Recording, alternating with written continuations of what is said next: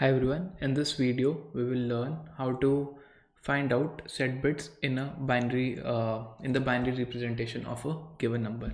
So the question is, you have given a number n, like let's say n is 13, and you know its binary representation would be something like this: 1101, and you need to output the number of set bits in the binary, so which is 3. So let's see how we can solve it using bitwise operators, and we will follow 3 different approaches to solve this problem. So the first approach is the very basic approach, right? So we will use only bitwise operators, no modulus or nothing like that, right? So let's say n is 13, and we know in the memory it is stored in this manner only, right? So if you see inside the memory, this is the actually how it is getting stored, right? So first of all, we know how to find out the last bit. So we need to count all set bits one by one. So what we can do find the last bit by saying okay, last bit is given by n and 1, and we can see if the last bit is 1, we will get this result as 1, right? And we know the last bit now, and you can create a bucket answer which is initially 0, and you can say okay, I found out 1 bit and I add 1 to my answer. Next time I want to find this bit, right? So what I can do, I can either left shift my mask. Okay, so mask in this case is 1, and I can do a left shift, so I can bring it to this place to make 1 0. But another way is I can also right shift my n, so I can say okay, discard this number by doing n equal to n right shift 1. So this updates my n. So this goes off, and next time I do 0 and 1, I will get a 0 here. So I can add 0 to my answer or skip it. Next time I can discard this one by again doing n equal to n right shift 1, and again find the last bit of this number. Okay, so this is the remaining number. So 1 and 1 is 1, so this gives me the last bit, so I add 1 to my answer. Then I again do right shift, I discard this one, and again I find the last bit. So last bit is now 1. 1 and 1 is 1. So this is what I am adding to my answer, right? And again you do a right shift 1, then you will see this bit goes off, and finally this is n which is left to you, and it is equal to 0. So while n is greater than 0, we repeat these 2 instructions and we update our answer by counting all the bits, and this turns out to be it is 3. So let's write it in the form of code now.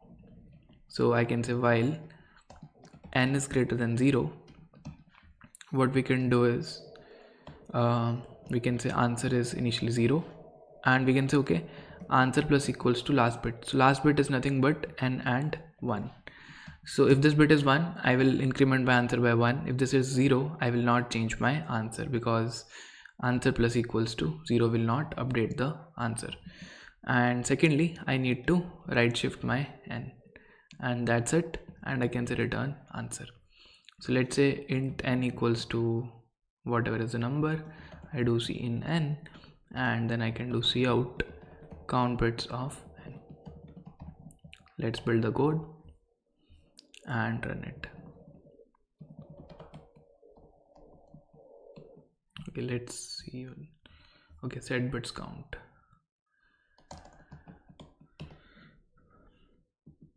So let's say number is 13, you can say it has 3 bits, 15 has 4 bits. So this is first method to count the number of set bits in a given number n. Let's see another method which is slightly more efficient than the first method, right? So if we talk about the time complexity, how much time it will take, right? How much time the first method will take, right? Okay, so it will extract bits up to this position until you get the last set bit, right? So let's say if this position is k, then it will take order of k time, right? But we can define this k in terms of n, right? So in any given number n, you can have at max order of log n bits. For example, if I give you the example of, or exactly it is going to be, at max you have log n plus 1 bits, right? If I give you an example of number 15, right? So 15 is written like this, right? So how many bits you have, right? So if you take log of 15 and it is 3 point something, so it is 3 plus 1, so you have at most 4 bits. If you take this example of, let's say 8, so 8 is having this, okay, so you have at most 3 bits in it, right? Log of 8 is 3 plus 1, log of 8 is, sorry, log of 15 is 4, right? Okay, no, sorry, yeah, log of 15 is 3 because log of 16 is 4, right, to the base 2. So log of 8 you will have at most 3 plus 1, 4 bits. And if you talk about 7, so log of 7 is close to, let's say 3 or 2, so 2 plus 1, you have at most 3 bits. Okay, so in 7 you have 0, 1, 1, right? And the reason is very clear because this goes in powers of 2, right? So in any given number n, you can have at most log of n bits, and the largest number that you can store in long int is 10 raised to the power 18, and log of this would be 64. And this also makes sense because if all bits are set, then you will need 64 iterations in the worst case to find out number of set bits, right? And let's now discuss about another method to find out the number of set bits. So the method goes like this. I will first explain you the code and then we will see how this code works, right? So int count bits fast. Okay, so I can say, okay, let me say answer equals to 0. I can say while n is greater than 0, I will just do n equals to n and n minus 1 and answer plus plus, return answer.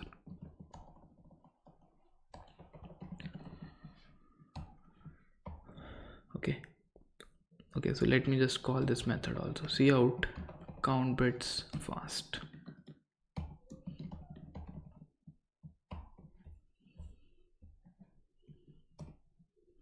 Let me give 13. So you can see for both of these it is 3. Okay, so the second method is all can be used to count bits, but it is little fast than the first method. So let's see how. So the most important thing in this method is this line, n equals to n and n minus 1. So let us see what does this line of code does, right? So we have written while n is greater than 0, and I say okay, n equals to update n by doing an and with the number which is 1 smaller than n, right? And I do answer plus plus, right? So basically the number of times this while loop is going to run is my answer, right? Okay, so the number of times while loop is executing is my answer in this case, right? So we need to understand what this line does, right? So suppose n is 9, so 9 is written like this, and if I do n and n minus 1, so n minus 1 is 8, so 8 is written like this. So you do an and here, so this becomes 1 followed by all zeros. So effectively if we see this was the old n, this is the n after first step, so clearly you can see it removed the last bit. So this line actually removes the last bit, last set bit. Let's see one more time, right? Now this number is 8. After second iteration we are going to do an and with 7, so 7 is written like this, 0 1 1 1, and if you do an and now you will get all zeros, right? So this is the n after second iteration, right? So this time it removed this bit, right? So effectively you will see this loop will remove bits from right to left. Okay, right to left, and it will remove set bits. Okay, so the complexity of this code would be order of number of set bits. So for example, if you have a number like this 100000, right, it will just need one iteration to remove this set bit or count this set bit, whereas the code we have written earlier will take 1 2 3 4 5 6 7 iterations, right? Okay, so clearly this code is much faster.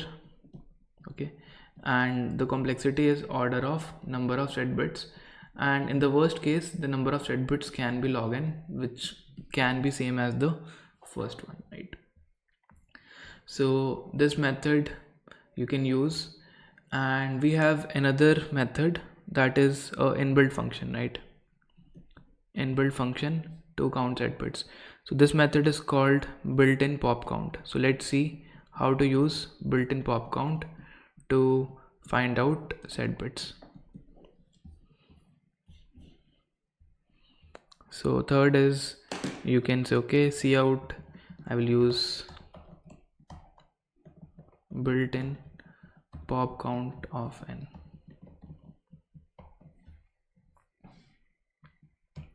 So if I give a number 45, then you can see all three methods give the same answer, right? So this method directly gives you the number of set bits in the binary representation of a number.